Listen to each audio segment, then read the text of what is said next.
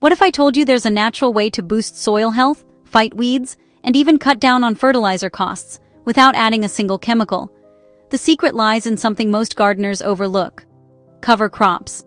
Today, I'm breaking down what they are, why they work, and how you can use them to transform your garden's soil year-round. Welcome to the channel, where I share sustainable gardening methods that actually work.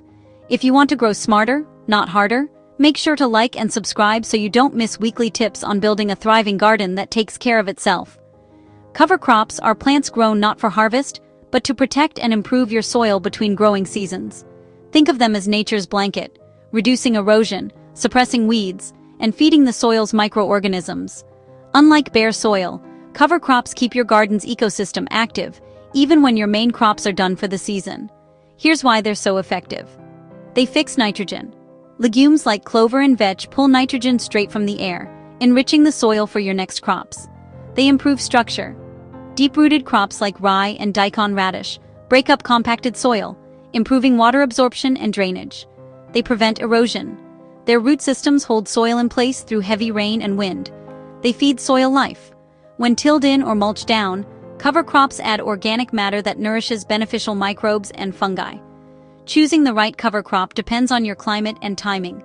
For cool seasons, go with rye, clover, or hairy vetch. For warm seasons, try buckwheat, cowpeas, or millet. If your soil is heavy clay, deep-rooted daikon radish is a game changer. And for weed suppression, a dense stand of rye or oats can do wonders. Plant your cover crop just after harvesting your main crops. Scatter the seeds evenly, water them in, and let them grow. Before they flower, cut them down and either leave them on the surface as mulch or work them lightly into the soil.